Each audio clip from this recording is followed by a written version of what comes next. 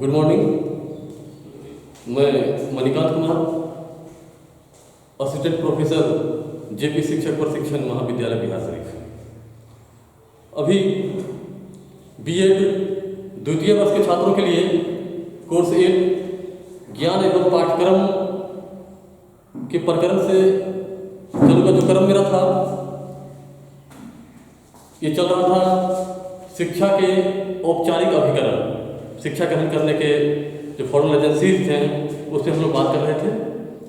तो इसी क्रम को आगे बढ़ाते हुए अब हम लोग चर्चा करेंगे कि नीड ऑफ फॉर्मल एजेंसीज, मतलब क्या जरूरत है औपचारिक अभिकरणों की शिक्षा में, मतलब कि औपचारिक अभिकरणों की आवश्यकता। Need of formal agencies, formal मतलब मैं आपको बताया कि औपचारिक अभिकरण। औपचारिक अभिकरण का मतलब, औपचारिक एजेंसी, फॉर्मल एजेंसी का मतलब कि वैसी शिक्षा से है जहाँ पे एक निश्चित समय होता है, निश्चित जगह होता है, निश्चित शिक्षक होते हैं, एक निश्चित विद्यार्थी होता है, एक निश्चित पाठ्यक्रम होता है, सब कुछ एक निश्चित होता है, समय सीमा तय रहता है, सब कुछ रहता है। ये होता है मेरा शिक्षा प्राप्त करने का औपचारिक अभिकरण। एग्जाम्पल के लिए मैं बताया था, डिटेल में बताया था इसके बारे में। स्कूल कॉलेज जो भी होते हैं, यूनिवर्सिटी होते हैं, ये सब क्या है, शिक्षा ग्रहण करने के औपचारिक अभिकरण है। तो अब इसी को हम लोग आगे बढ़ा रहे हैं। तो क्यों जरूरत पड़ गई हमको फॉर्मल एजेंसी की? क्योंकि हम लोग जानते हैं कि पहले ये फॉर्मल एजेंसी नहीं थी, औपचारिक अभिकरण नहीं था। जब आदि मानव थे तो उस समय क्या होता था कि कोई जगह नहीं था, शिक्षा ग्रहण करने का कोई जगह नहीं था। क्योंकि इसलिए जगह नहीं था कि लोग वहां तक सोच ही नहीं पा रहे थे। अब जो छोटे बच्चे होते थे, सोचने समझने की क्षमता ही नहीं होती थी। सिर्फ उनका जो एक जरूरी का जो चीज था उनसे वो मतलब रखते थे, खाना। और खाना का मतलब क्या कि कंद मूल फल, जानवरों के मांस, पहनने के लिए पेड़ की छाल, पीने के लिए नदी और झरने के पानी, तालाब के पानी। तो फिर अस्थायी अभिकरण की जरूरत कहाँ थी? उनको शिक्षा ग्रहण करने की जरूरत कहाँ थी? कभी फील ही नहीं किया कि मुझे शिक्षा की भी जरूरत है, मुझे ज्ञान की भी जरूरत है। तो इसलिए उस समय आदि मानव के युग में फॉर्मल एजेंसी ज्ञान प्राप्त करने का नहीं था। वे सीखते क्या थे कि जानवरों का शिकार करना, पेड़ पर चढ़ना, नदी में तैरना, यही सब उनका बेसिक शिक्षा होता था, जिनसे उनका दैनिक जीवन सुचारू रूप से चल सके। मतलब कि खाने के लिए कुछ मिल जाए, पहनने के लिए पेड़ का छाल मिल जाए, नदी में तैरना आ जाए, कोई जानवर अगर खदेड़ रहा है उनको मारने के लिए तो उसको भागना आ जाए, पेड़ पर चढ़ना आ जाए, यही तो उनकी शिक्षा थी। तो उन्होंने कभी ध्यान ही नहीं दिया इसमें। लेकिन धीरे धीरे धीरे धीरे जब हमारे संस्कृति सभ्यता का विकास हुआ, आदि मानव का दिमाग थोड़ा सा आगे बढ़ा, तब क्या हुआ कि एक अस्थायी अभिकरण यानी फॉर्मल एजेंसी के बारे में सोचे कि क्यों ना ये शिक्षा एक जगह बैठ कर दिया जाए। जो हमारे समाज के जो बच्चे हैं उनको एक साथ बैठाकर इसकी जानकारी दी जाए। ठीक है, जानकारी वही थी, शिकार करने की जानकारी थी, तीर चलाने की जानकारी थी, वही शिक्षा थी। उसी को एक क्रम के रूप में समाज के जो बच्चे थे जो सीखना चाहते थे वो एक जगह बैठ करके अपना शिक्षा दीक्षा देते थे। उसके बाद धीरे धीरे स्कूल की स्थापना हुई। अब हमारे युग में, अपने युग में बहुत बड़े बड़े कॉलेज, बहुत बड़े बड़े विश्वविद्यालय। ठीक है, तो यही था कि हमको जरूरत क्यों पड़ी। अब देखते हैं कि विद्यालय का प्रारंभ, क्योंकि विद्यालय एक फॉर्मल एजेंसी है शिक्षा प्राप्त करने का, एक औपचारिक एजेंसी है। इसका प्रारंभ कब हुआ, इसकी शुरुआत कब हुई, स्कूल में शिक्षा देने की प्रक्रिया कब से शुरू हुई, इसके बारे में हम देखते हैं। तो विद्यालय या शिक्षण कब से आरंभ हुआ, इसका कोई निश्चित उत्तर नहीं दिया जा सकता है। कोई अनुमान नहीं है कब से विद्यालय की प्रथा शुरू हुई, विद्यालय की और शिक्षा देने की प्रक्रिया कब से शुरू हुई, इसका कोई निश्चित उत्तर नहीं हो सकता है। प्राचीन भारत में वैदिक ज्ञान देने के लिए विद्यालय थे।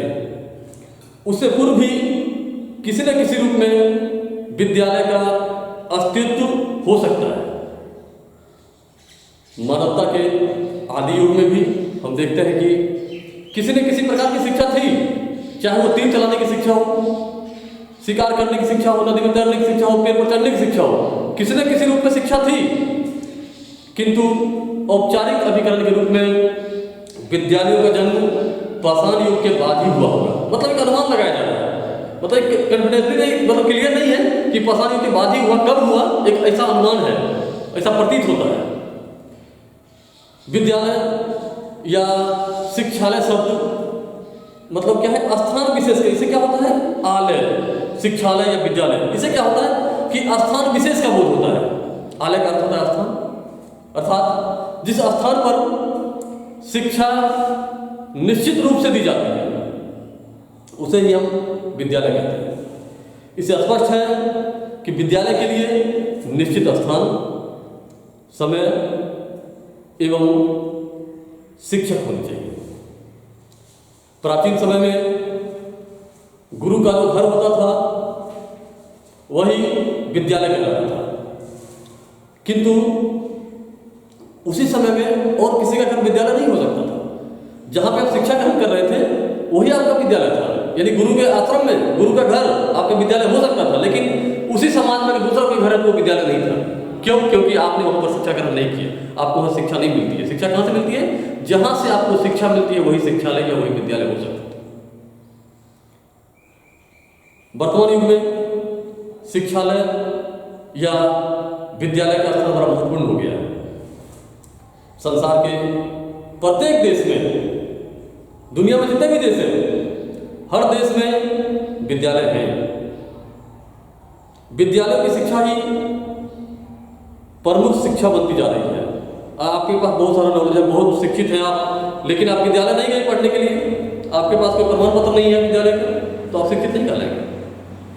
तो स्पष्ट ये है कि विद्यालय की शिक्षा ही प्रमुख शिक्षा बनती जा रही है और विद्यालयों का संगठन, वो संचालन, राज्य, वो समाज का प्रमुख कार्य हो गया है। मेन बेसिक काम जो होता है वो होता है शिक्षा। शिक्षा पर ध्यान देना, चाहे राज्य सरकार हो या केंद्र सरकार हो या हमारा समाज हो या आप है या हम है, हमारा मुख्य कार्य क्या है? शिक्षा। अब आगे हम देखते हैं कि विद्यालय के कुछ कार्य हैं, जो बेसिक वर्क है स्कूल के, क्या क्या काम है इसके। तो बेसिकली बहुत विस्तार में चर्चा हम लोग, इसका एक टॉपिक है, मेन टॉपिक है विद्यालय का कार्य। ये स्कूलिंग में पढ़ेंगे हम लोग, विशेष चर्चा करेंगे, लेकिन थोड़ा सा समझिए कि विद्यालय जो हमारा सांस्कृतिक परंपरा है, सांस्कृतिक रीति रिवाज है, सभ्यता है, उसका बहुत बड़ा रक्षक होता है। यह हमारे संस्कृति के, हमारी सभ्यता को बहुत सुरक्षित रखता है। सामाजिक दक्षता प्रदान करने में विद्यालय का बहुत बड़ा हाथ होता है। अगर विद्यालय नहीं है तो हमारी सामाजिक दक्षता हमें प्रदान नहीं, मतलब नहीं मिल सकता। कौन प्रदान करेगा, इससे कोई अर्थ नहीं। विद्यालय समाज का दर्पण ही नहीं, बल्कि समाज के उचित संचालन के लिए वह एक आदर्श भी प्रेजेंट करता है, आदर्श भी उपस्थित करता है। अब देखिए विद्यालय में क्या होता है कि जितने बच्चे होते हैं विद्यालय में सभी समान योग्यता वाले नहीं होते हैं, व्यक्तिगत विभिन्नता होती है उनमें। अब क्या है, विद्यालय का काम क्या होता है कि उस सामाजिक, ये जो है समाज के जितने बच्चे हैं उनके व्यक्तिगत विभिन्नता को ध्यान में रखते हुए शिक्षा प्रदान की जाती है विद्यालय में। वो और जगह नहीं हो सकता है। कुछ मंद बुद्धि के बच्चे भी विद्यालय में होते हैं, कुछ तीव्र बुद्धि के बच्चे भी विद्यालय में होते हैं, और कुछ मध्यम बच्चे भी होते हैं। और इसका मेन काम क्या होता है, मुख्य काम क्या होता है कि विद्यालय सभी बच्चों का ध्यान रखते हुए, व्यक्तिगत विभिन्नता का ध्यान रखते हुए शिक्षा प्रदान करती है। उसके बाद व्यक्ति के आध्यात्मिक भावना का विकास करता है। कौन? विद्यालय। विद्यालय ही ऐसा है, एक जगह है जहां पे व्यक्ति के आध्यात्मिक भावना का भी विकास करता है। उसके बाद आदर्श नागरिक बनाने का प्रयास करता है वो, समाज के जो बच्चे हैं उनको एक आइडियल सिटीजन बनाने का प्रयास करते हैं, एक अच्छा आदमी बनाने का प्रयास करते हैं। उनको नैतिक शिक्षा देकर या जो भी शिक्षा देकर के वो चाहते हैं, विद्यालय का ये काम होता है कि समाज के जो बच्चे हैं जो हमारे विद्यालय में हैं वो एक आदर्श नागरिक बन के निकले यहाँ से, और व्यक्ति के जीवन को, यानी कि जो बालक है स्कूल में उसके जीवन को आदर्श बनाने का प्रयास विद्यालय है। तो ये था कुछ मुख्य जो विद्यालय का कार्य होता है वो। अब हम लोग इसका विस्तार हम लोग फिर अगले कक्षा में देखेंगे। धन्यवाद।